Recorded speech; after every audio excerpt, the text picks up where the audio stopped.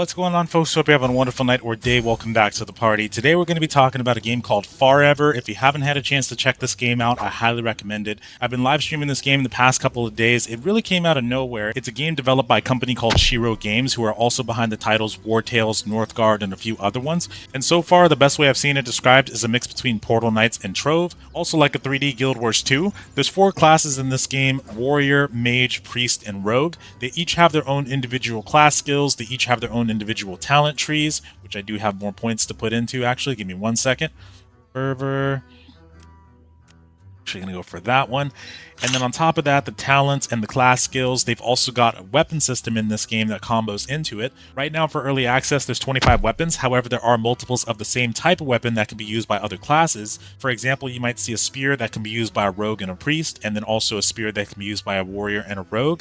These different weapons are going to have weapon skills, which are shown on the bottom left. The first 2 skills are traditionally going to be related to your main weapon or your main and offhand if you have them. Right now, the only offhand weapons they have are shields, but you do have weapons that allow you to dual wield swords on the warrior, for example. You've also got the bow for the rogue that can be used. You can turn the priest into more of like a paladin kind of character. There's a lot of different ways to build your character, but then where it gets unique is your arsenal system. When you get to level 7, you're going to unlock this arsenal system, and what it allows you to do is put a weapon into it, and you get 40% of the stats from that weapon, and then on top of that, you get to choose one of the skills or passive to use as your arsenal weapon. And so for this weapon, I'm currently using the Abyssal Fury, which gives me a damage shield. But if I wanted to, I could change that to the Ground Pound, which allows me to then use that weapon for a temporary period.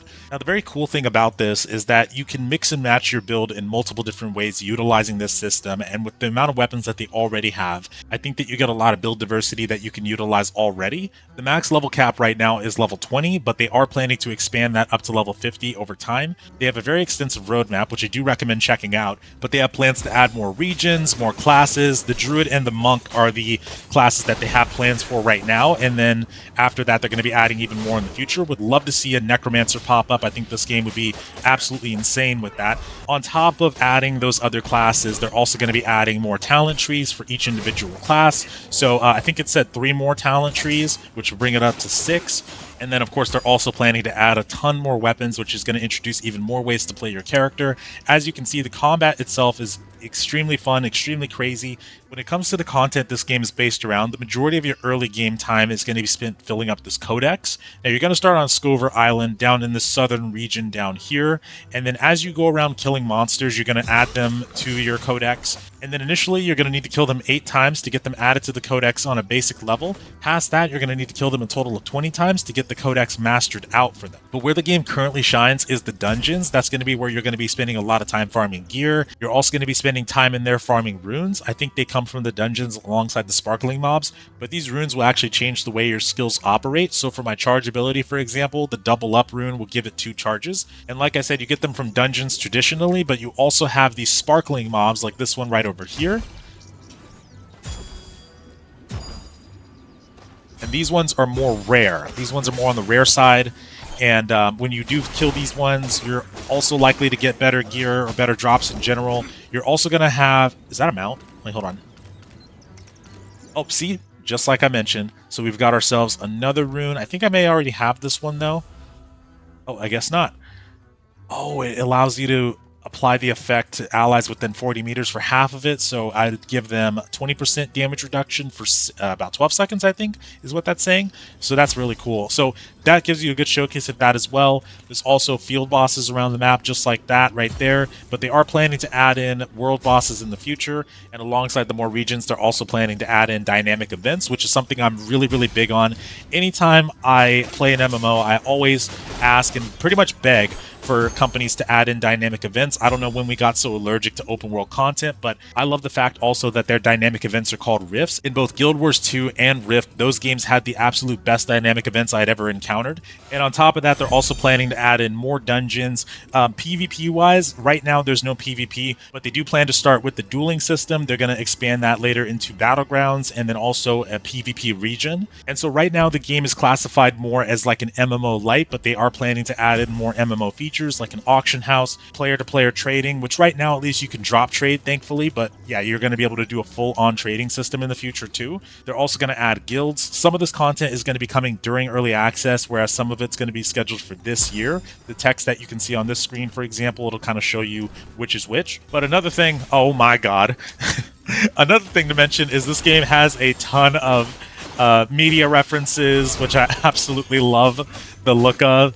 This is the second area that you're going to get access to. The first one is the one that we were just in before.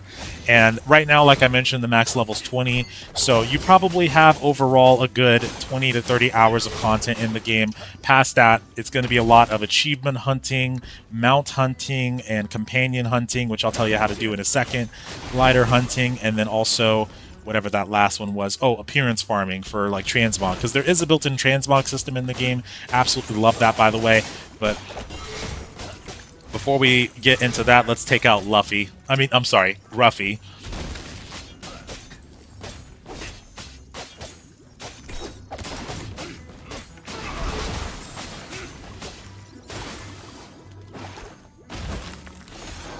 Get away, you bastard. Come on. Almost got him. Don't want to take that. I think it'll do a lot of damage to me. I do have a lot of sustain on this build, though, so I might be able to take the hit, but I'm not going to tempt fate, just in case. Bye, Gruffy. Alright, got some shards from him. So there is also an extensive crafting system in this game, crafting and gathering.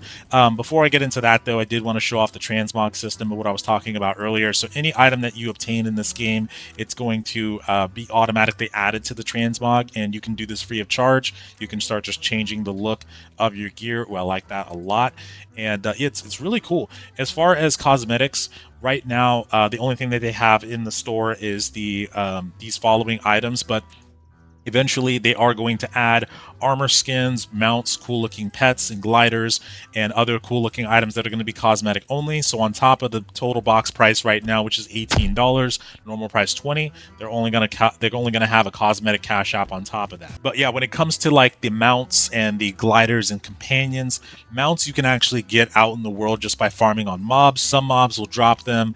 The field bosses that you can fight also drop them as well. I think it might be a higher chance if you take out the field bosses, but don't quote me on that just yet. But there's also NPCs out in the open world that you can actually go to and buy them directly. Same thing with the gliders. You can do that as well, because anytime that you double tap in game, you will actually spawn a glider, so that's the second traversal mechanic as well. There's a lot of puzzles and hidden chests and things like that in the game, hidden areas that you'll come across, so you'll be able to use your glider, your mount, all that combined.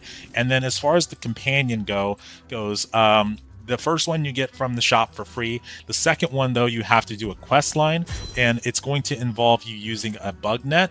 And basically, when you equip this, you're going to be able to hit a ground pound. And what you'll do is anytime you find little critters running around the world that are just like this ladybug, you'll be able to walk up and capture them. I haven't found hardly any, but also they're pretty small, so I think that's a big part of the reason why. So just make sure you pay attention. There are quests that ask you to do those directly, but just while you're out and about in the world, you should be able to find different companions randomly too. Oh yeah, also, when you find these obelisks out in the world, you're going to be able to bind your spawn point to them, but you're also going to be able to fast travel to other obelisks. So glad I actually found that out yesterday, because I had not known for the longest time, which is crazy. But yeah, you're going to be able to fly to other obelisks, like this one right here, which is the main city. And then going over to the crafting and gathering NPC, I'm going to showcase how that part works as well. So when you go to the first city, in the second region, sorry, you're going to be able to come across a guy named Job Well Done. Yeah, literally love the way that they do this stuff. It's hilarious.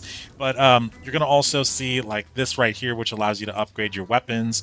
This costs materials that you can get in dungeons or just out and about in the world, or with dismantling other weapons.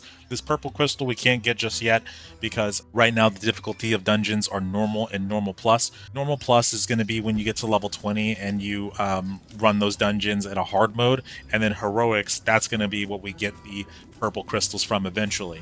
So right now that'll be the majority of what you're doing. The normal plus is also going to be more of like just increasing the damage and health of the mobs, whereas heroic is going to be more on the side of actually introducing new mechanics. My bank is completely full. so I can't really showcase too much there. But when you come to Job Well Done, you're going to be able to buy your first profession for about 300 gold. Past that, it gets more expensive. I think the second one was like 400, then 550, then 700, and then up to 1,000 here. And so what I highly recommend doing initially is buying yourself some 6-slot bags from the guild merchant that you'll also come across, and utilizing the bank. You can also transfer your items between characters because the bank is shared between your alt characters. So just make sure to keep that in mind. But overall, yeah, the game is a lot of fun. The dungeons have been an absolute blast. My favorite dungeon so far has been the Queen Bee. I absolutely love that fight. It was so crazy. Cannot recommend checking out this game enough. The only hurdle right now that they have at this time is the server stability. Right now it's getting hammered, especially with the weekend. There's a lot of people that are trying to play right now. They just hit their peak yesterday at 10k. I haven't checked what it was since then, but that at the moment is the only thing that's holding them back. There's been server lag, like in the open world. The servers have been disconnecting and that kind of thing. People have had trouble getting in, like the login servers have gone down, but they've been actively working on that, so we just have to hold tight. But I absolutely recommend trying this game out for now. If you're interested in checking out more of this game, I'm going to be live streaming every day this week that I can. Thank you guys so much for watching. I'm getting back to the grind. Peace out.